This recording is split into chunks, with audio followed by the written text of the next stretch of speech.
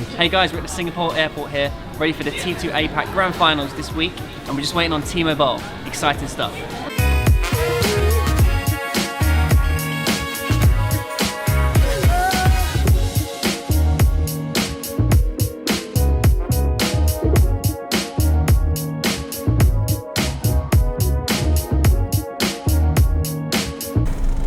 It's comfy. These cars are fascinating, aren't they? It's got everything. It's got everything. Legs extension. Luxury. Yeah, this is luxury. Did you have a nice flight? It was okay? You come from China? Yeah, it was okay, yeah. Took longer than I thought, but You're here now. flying is usual business, so not a big problem anymore. Yeah. How was your trip in China? So you went to a sponsor? Yeah, just went to my sponsor, KUKA Robotics, and yeah, we had a nice event there together with one big partner of them. And I think the people enjoyed it, me too. So it was a win-win situation. Fantastic. How good is the robots now at KUKA? Are they? What's their goal with the robot? At the moment, the problem is more the visioning, I think, to recognize in high speed which spin the ball have, and so I think that's the biggest problem right now, to compete against the human player. So they told me it will take 15 to 20 years to be on the same level. As good as you? Wow. It's not too far away. Yeah, okay, that's amazing. What happens when we have robots as good as you? I That's don't going to know. be an interesting world. It will be definitely after my career. Yeah. So. Maybe when you're a veteran, they'll be coming for you. Awesome. So we're here in Singapore going to T2. You're looking forward to the event? Of course. It was a long year here. A lot of tough matches, exciting matches, and now we come to the end. And yeah, luckily I'm in all events in the final, so in the team final, in the singles playoffs, so it will be quite exciting for me, and hopefully, yeah, also successful. Yeah, you have Chuan Chi-yun in the semi-final of the individuals. Are you looking forward to this game? Yeah, he's a dangerous player for me. I mean, you never know with him. He play really high risk, and if he hit his balls and if he play at his level, at his limit, then yeah, it can be really difficult for me. So I'm a bit afraid of him. So if he does reach his limit, what are you going to have to do to your game to find a way to win? What tactics do you need to go and take? Yeah, I have to play him really precise, that he cannot open the game, that yeah, he has to be passive, and that will be the key. So the serve and the receive. Yeah. First 2-3 balls. This will be the key shots against him. So in the open rally, he's really quick and powerful. So on both sides, that won't be easy for me, because especially the TV studios, it feels really fast inside, and so for someone like him, it can work quite well. It's hard to control the balls, like in big venues. So then it's a bit easier for me against him. But in this small, quick, halls, then it can be really, really difficult against him. Sure. How is it called? This carpool? No, car. Oh, carpool karaoke. Yeah. Yeah, this is exactly what it is. Yeah. Have you watched any of those? I have heard about it. Okay. Oh, it's really funny. I haven't seen it. Yeah. You need to YouTube and watch some. Very funny. Yeah. It's good. So we're off to T2. How are you finding the T2 event with the new rules? There's lots of different rules. The lines missing and stuff. How are you finding that with your own game? Yeah, to play time-based, it's quite interesting as a player, because it stresses you a little bit more. You have to keep the time in your mind, especially at the end of the game, so it can hurry you up and stress you also, and but especially if you play a whole season to win as many sets as possible, then it makes really sense. I don't know if it's something for the base, but for the professionals, especially if you're looking toward TV coverage, and then it can be really interesting. Precisely, because it's more time than the schedule can know what's... Yeah, the TV, they can plan with table tennis. So before, a game could take 1.5 hours, but also 3.5 hours. So it's nearly impossible to plan with table tennis. That's why I think they hesitate to put it in the program, especially in Europe. But here, the game will be 2 or 3 hours, depends on the system. Of course. And then I think you can sell it much better. It makes sense. But obviously recently you've beat Ma Long, fantastic, you've been playing so well. Do you feel T2 has helped with your match play? Obviously in these time restrictions, maybe it's helped you with your mindset, always being focused and good concentration. I mean, when you played Lingu Yan and you was 10-4 down and come back and won, every point was just incredible. Yeah, it helps me to play a lot of competitions, and especially on a high level, like here in T2.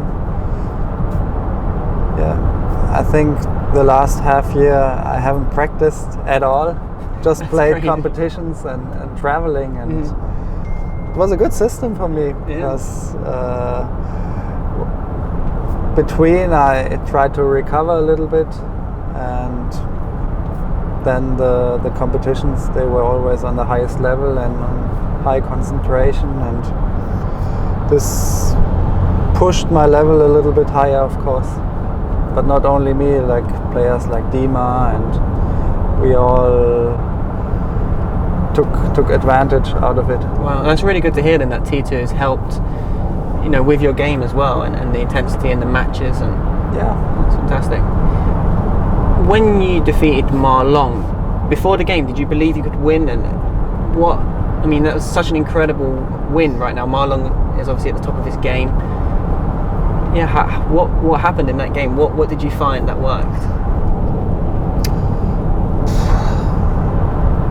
I mean, two years ago, before the Olympic Games, when I saw the draw that I will meet normally Ma Long in the quarterfinals, like, Olympics were over for me.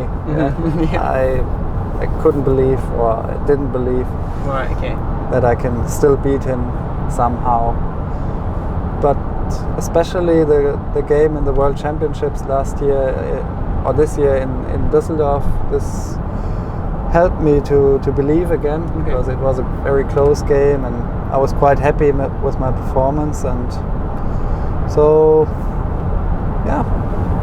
I think this was a little bit the key, and to believe in yourself. And I'm not really confident against him to beat him, but I know now if I have the right tactics, and if I'm in a good mood, then everything is possible against everybody. I feel like you and Ma Long have a very good friendship and bond.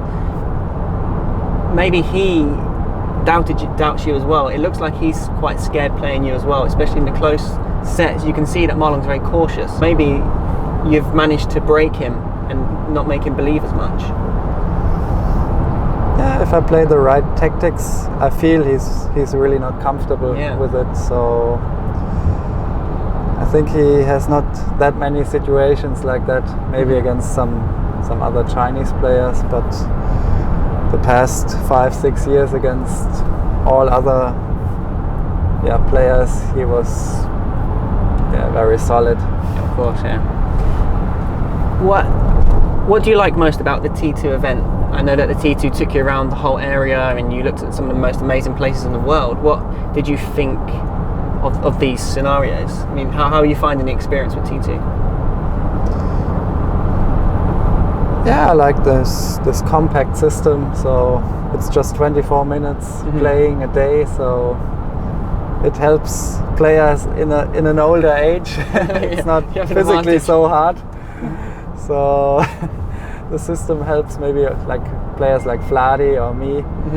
So for 24 minutes you can always concentrate and give everything inside, and so we don't have that big disadvantage of physical strength like some Chinese players or Dima, or who has really much more energy and who are much more athletic. But yeah, this is one thing I really like.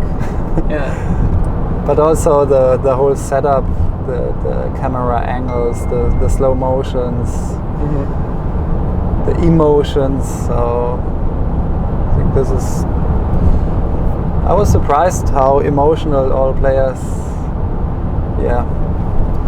with the sideline, it's really nice. Behaved, and everybody was really inside and was giving everything, and it's not. It's a new event, so it was a little bit surprisingly for me that everybody was so hot from the first moment. That's brilliant. On your sideline, your coach Michael Mays. How is that, having Michael Mays as a coach? Obviously you're great friends, you've got great camaraderie. How is that with Mays on the sideline? Yeah, Michael and me, we know each other for such a long time. I think since we are 10, 11 years old, since the cadet time, and we are the same age and played each other really, really often. And he has the same way of thinking how to play table tennis, and this is quite nice. To feel if someone is on the sideline and he has the same thoughts, and he's a good coach, and it's also new for him, but he's really emotional, and like as he was as a player. Oh, brilliant. So before the matches, do you guys have like a team huddle, and is it really fired up? We need to get some of this clips of him doing this, but so it must be really, really cool to be all really fighting for the same goal. Sure, it was always like this, to win something with a team. It's always the most emotional victory, much more than individual titles. It's okay. Last night was catastrophe. Really? Went to bed at 11:45 and then woke up at 2. Whoa. And then the night was over. Jeez, So Timo, you're here with your father. It's really cool. I've seen on the videos on YouTube where you're playing him when you're really young, when you're a young boy. Does your father still play now, and does he still play against him? Not anymore. I think you got too good. He stopped quite early, but when I was young we played nearly every day until I was 10. So the first 10,000 hours I practiced with him. That's amazing. Have you ever counted your hours? Like, do you know how many you did, or is it any sort of rough?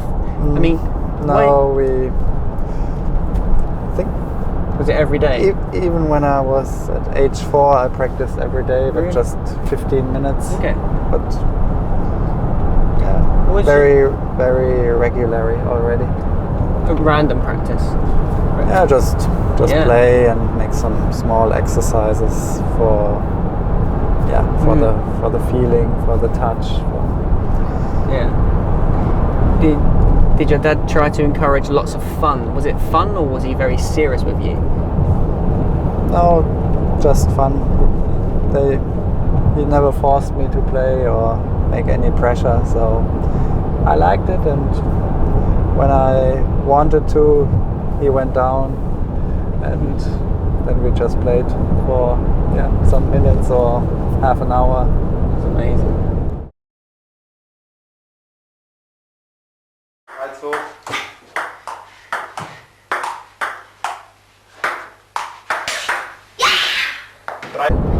Anyone else in your family play table tennis, or?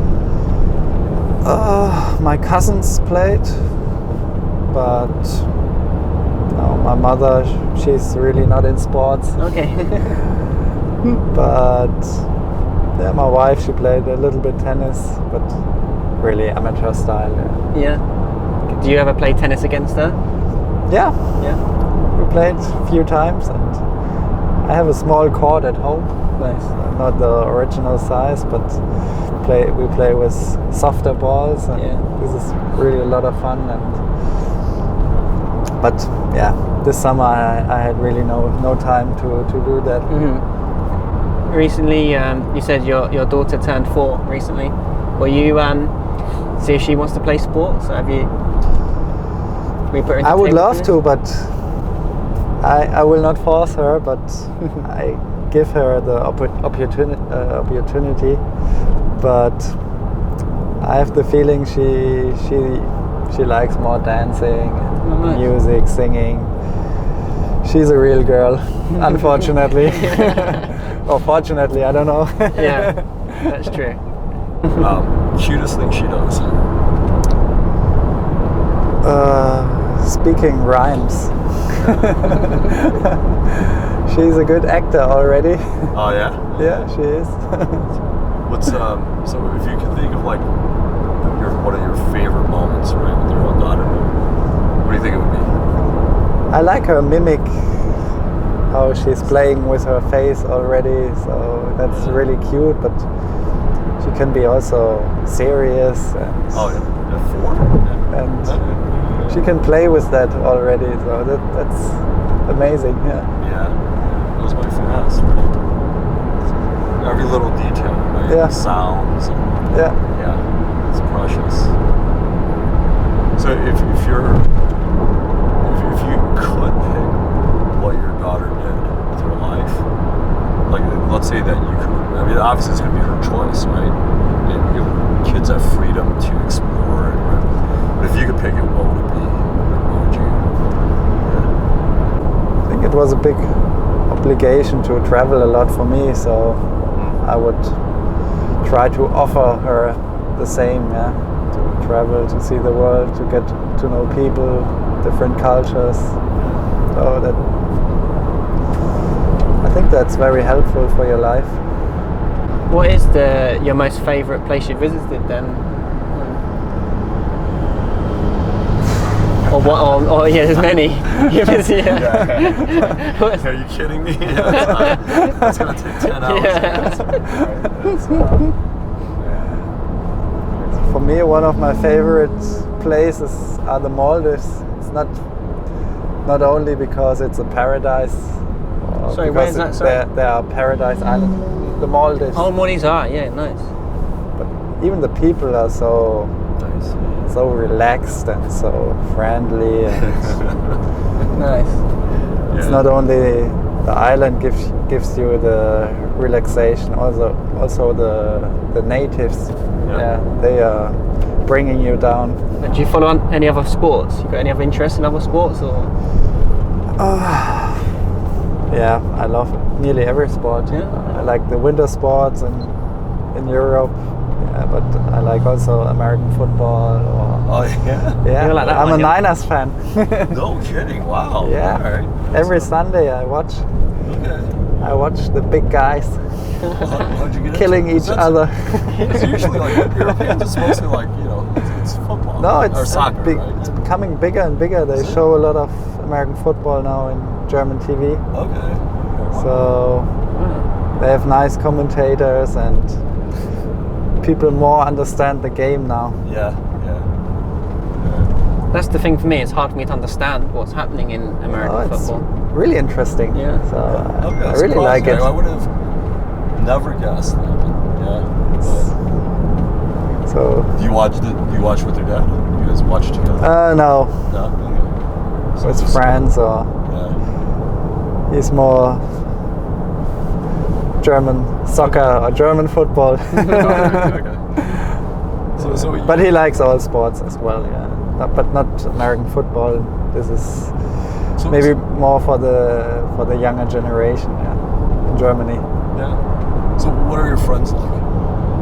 Are these childhood friends or? I have some childhood friends and some, I would say 2 to 3 really close friends. Yeah. One was also a former German national player, and the other one is he's living in the neighborhood, so we know each other for 30 years. I don't know. Yeah. But also another friend. We grown up in table tennis, but he didn't make it. So, but we are still very close friends. So that's the nice thing. If the friendship keeps alive even after everything. Yeah. You choose different ways. Yeah. What does he do now? Does he still play at all? He tried to be a football player afterwards, and then a football coach. But he's working. Yeah. He's a normal business worker. Yeah. Mm-hmm. No. Amazing. It's so difficult to make it in sport, though, right? It's tough. Yeah. Sport is tough. Yeah. Only a few who can, especially in table tennis, who can live from it. Yeah. Was there ever a moment in table tennis where you thought, this is hard, I'm going to struggle, or did you always believe you were going to become one of the greatest? I was not thinking so much about it to make it or to become a good player or professional or whatever. I just played. Yeah.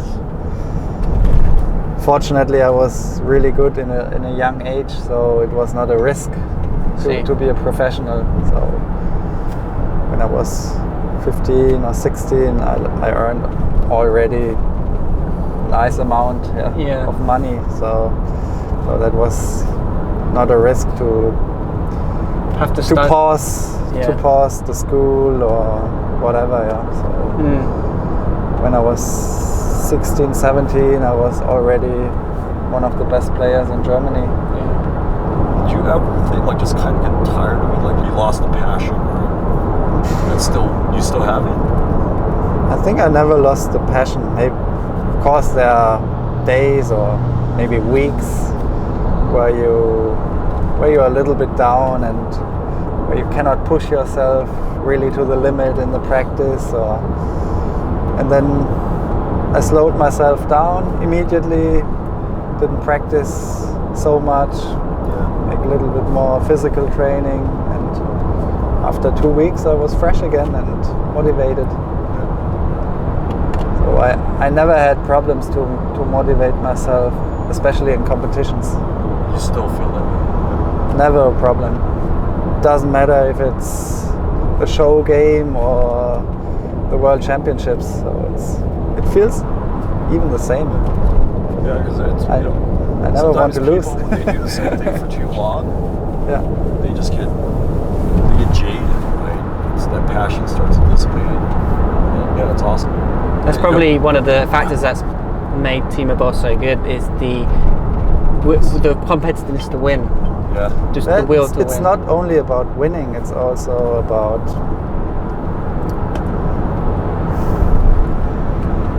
it would feel so bad if you don't give everything inside. So it's so disappointing then for yourself.